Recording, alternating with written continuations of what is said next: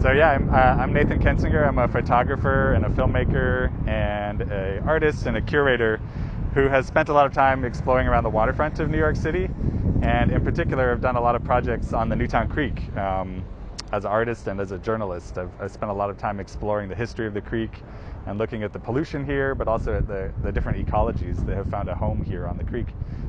So we're standing today in front of the entrance to the Newtown Creek Nature Walk, which is sort of an unexpected space that is situated on the waterfront of the Newtown Creek. And it's really one of the only places where you can get out to the water itself. There's very few places along the creek's entire length where you can go into the water or even get close to the water as a member of the public. So I'm standing in front of a giant rock, which might not look like anything, when you walk by it, but it's actually sort of the first piece of the Newtown Creek Nature Walk, and it's a glacial erratic that came here many thousands of years ago in the last ice age. It was pushed down here at the very edge of the ice sheet, the Laurentide ice sheet, and deposited here on Long Island, because Long Island was kind of the terminus of the last ice age. And the rock is something that was excavated and found when they were remodeling the Greenpoint wastewater treatment plant, which is right behind me as well. So this is a humongous rock that was just discovered here on the waterfront. Its age, according to the sign here, is going back to 17,000 years ago is when the rock might have been pushed here, but it was just discovered not long ago. So I'd like to start the walk of the nature walk here, just because it's kind of a fascinating juxtaposition of landscapes. We're standing in this very urban landscape, and we have this piece of history that dates back many, many thousands of years from a much, much different landscape that was here before.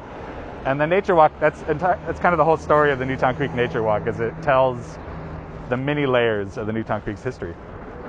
So we'll go check out more of the Newtown Creek Nature Walk now. So yeah, we're at the entrance to the Newtown Creek Nature Walk right now. This is the main entrance, and we're actually standing on the property of the Greenpoint wastewater treatment plant. The Nature Walk is actually a part of the wastewater treatment plant, and it was created as part of a Percent for Arts project, meaning when they remodeled this wastewater treatment plant, they set aside a certain amount of the budget for artists to create different projects around the edges of the plant. And the Newtown Creek Nature Walk is exactly that. I mean, this is actually just one singular art piece created by an artist named George Trakas. So every single design element of this landscape, including the rocks at the start, including the trash cans, which are designed to look like barrels that might have historically been used on the waterfront, every single element was thought out and created by this artist named George Trakas, who's a sculptural artist, who's done a lot of work around waterways. And as we walk through the park, you'll see kind of some of the selections he made, which include all of the species of plants that are here. So all the trees that are planted in the Nature Walk were selected by him, and their stories are told through these little placards along with every single tree and plant. So it's kind of a fascinating, almost immersive sculpture that we're walking through. It's not exactly a park, it's more like an art installation.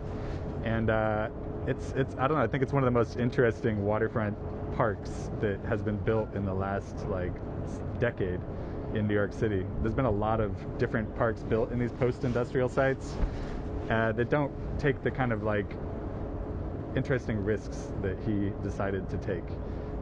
And he's building it in a very unexpected place. So the Greenpoint wastewater treatment plant underwent a huge renovation more than a decade ago. And the community was very much against that project happening. The community has been living here with this wastewater treatment plant for decades and decades. It, causes a lot of stench in the neighborhood. It's caused a lot of discomfort for the homes that are just less than a block away from this wastewater treatment plant.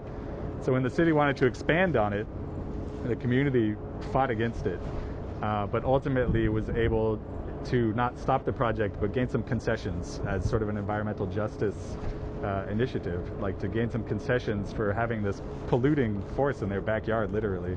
They were able to gain this nature walk. They were able to get several other small art projects around the edges. And then in the process of building this plant, there were several violations or several things that had to be mitigated, which have gone on to fund other projects around the waterfront. So Greenpoint is like an extremely polluted neighborhood. It has a ton of industry. It has a huge oil spill that's underneath the ground. And because of that, the community has suffered like, all kinds of problems throughout the years. But recently, they've also gained several more positive things from that. Parks, green spaces. There's going to be a new boat club that will open on the waterfront further away that will be funded in part by the oil spill that happened here. So yeah, it's a community that's like suffered terribly because of all this pollution in the environment, but is now seeing a little bit of, I guess, you could say, payback in a sense for the pollution that they've suffered. So when you kind of walk into the park and you're like, all right, this is like just a big concrete yard with some big stones. But in reality, like I said, every single thing has been thought out. So each of these giant stones that I'm standing in and around is labeled with the Native American place name that you would be looking at if you were oriented to the stone. And you would basically be able to look at the environment and have some semblance of at least what it was known as before European settlers and European immigrants came to this area. The water's gone down? Yeah. Yeah, the tide lowered. It's definitely tidal. I mean, so we're standing like at the edge of the Newtown Creek now, and it's definitely tidal. I mean, this is water coming in from the ocean, essentially. It's the Newtown Creek connects to the East River, and the East River is not a river. It's actually just a tidal strait that connects two bays. So the water here is really just like influenced heavily by the tides. The tide flows up the East River, the tide flows down the East River. So like we're standing, as you can see, like in this very industrial area. You've got like a scrapyard, which the park highlights. The park is asking you to like look at this scrapyard, and yet we're in what he calls a nature walk. Right. So this is the first, I guess, these are some of the first hints of like nature here. This is this giant stone staircase that he built that invites you to go into the water. And when I first came to this park, when it first opened back in like 2007, 2008, I saw this staircase and I was like, this is a terrible idea. Like, what are you thinking? Like, why would you build this staircase? People are going to think they should like jump in the Newtown Creek, which is like terribly polluted. It's like one of the most polluted bodies of water in the United States, besides the oil spill and all the like centuries of industry that have dumped into the water. It's polluted with raw sewage. Like billions of gallons of raw sewage are pumped into the creek every year, mixed with rainwater, which is partially what the sewage plant is supposed to address, like stopping some of that raw sewage and from going into the waterways. But it's horribly polluted. Like, you should not swim in the Newtown Creek. There's usually a sign around. Maybe someone took it down, but there's usually a sign that's like, no fishing, no crabbing, no swimming. You can go boating for sure, but yeah, you wouldn't want to jump in this water. It's definitely not healthy yet. It's getting healthier, but it's not a healthy waterway yet. So yeah, I came to the park and I was like, what are you thinking? Like, you're telling people to like get in the water. But the more I thought about it, the more I was like, my thinking kind of reversed, and I was like, actually, I think this is like one of the greatest parks in New York City exactly because of that. He's saying like, you should expect that you should be able to get in the water. You should expect that the waterway is going to be clean enough that you can like walk right into it and go for a swim. It once was, and it could be in the future at some point. And by law, with like the Clean Water Act, like by law, these waterways are meant to be fishable and swimmable.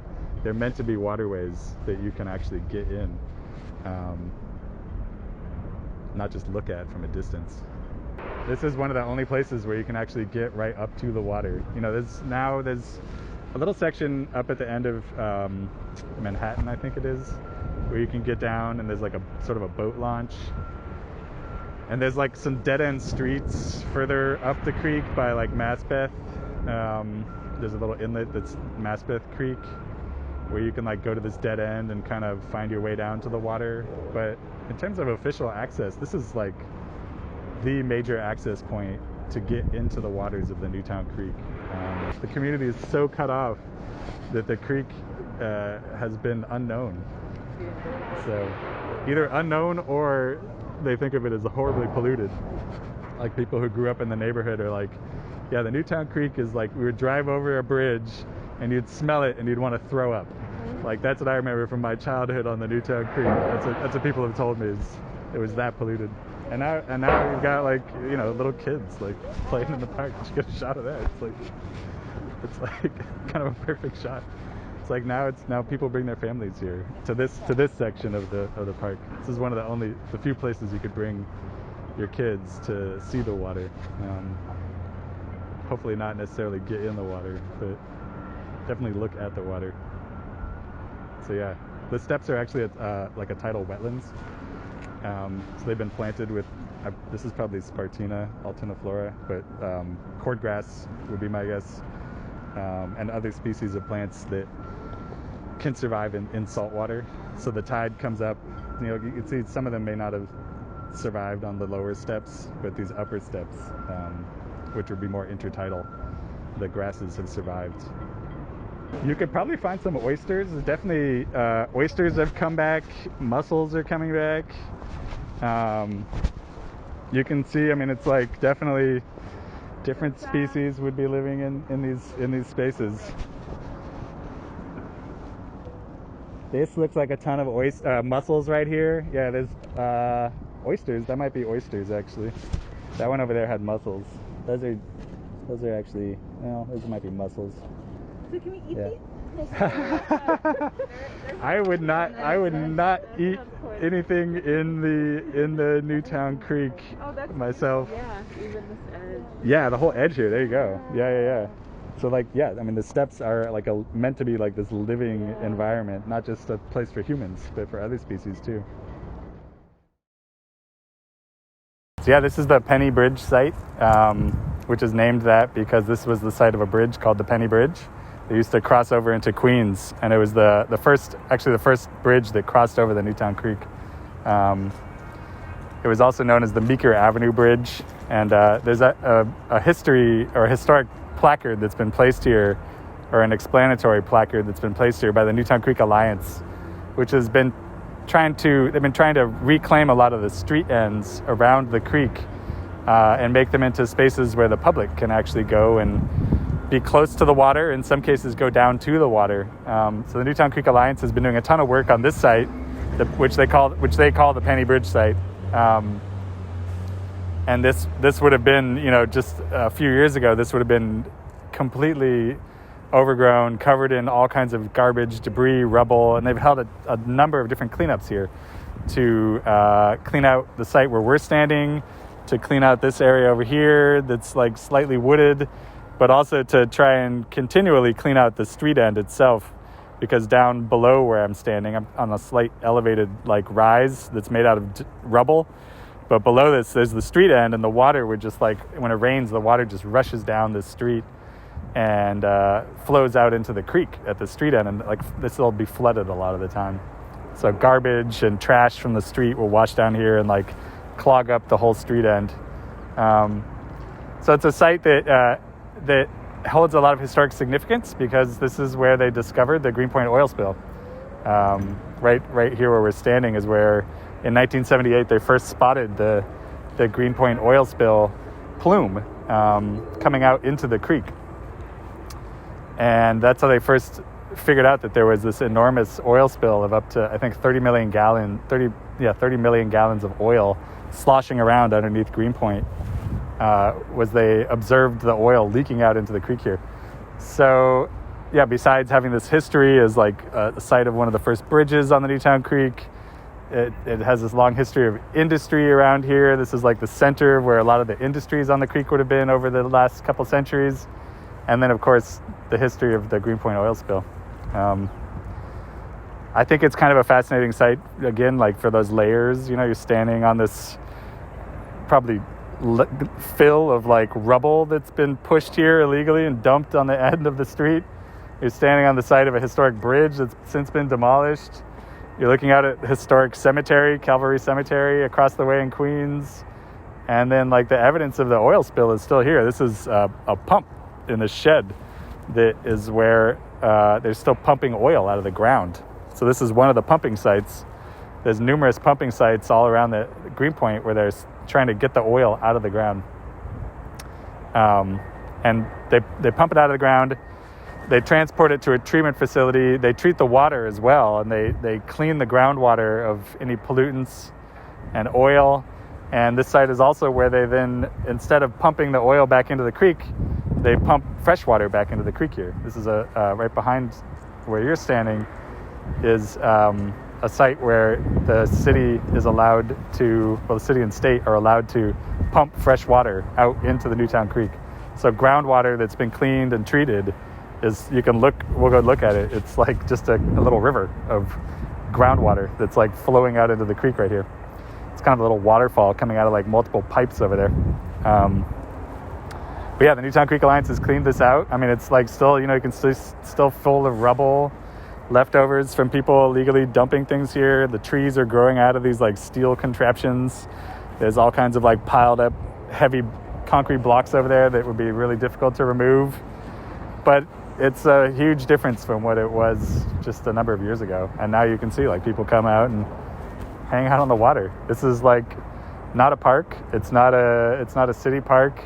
It is city property, but it's not an official green space. It's something that the community group, the Newtown Creek Alliance, has taken it upon themselves to kind of reclaim for the community and turn into something that people could visit. So yeah, you got a picnic table. People come and eat their lunches from the surrounding businesses. When I came here earlier, someone was just sitting here on their phone, like enjoying the fresh air. And it's very small, and it's very different than the nature walk for sure. And it's very different than what a park would look like as well. I mean, these are like wild growing trees that just found their own way here and have been growing probably for decades, it looks like. So everything growing here was not planted, to the best of my knowledge. Although the Newtown Creek Alliance may be doing some planting, it's possible. At some of their other sites, they have tried to clear out like the debris and bring back in plants to replant the area.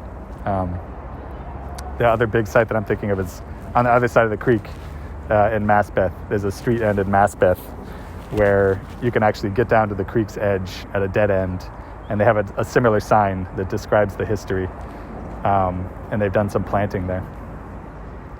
So yeah, I mean, this is what passes for like waterfront access on the Newtown Creek. It's the Newtown Creek Nature Walk. It's like a couple other dead-end streets, and those are the majority of the public spaces that exist currently on the Newtown Creek.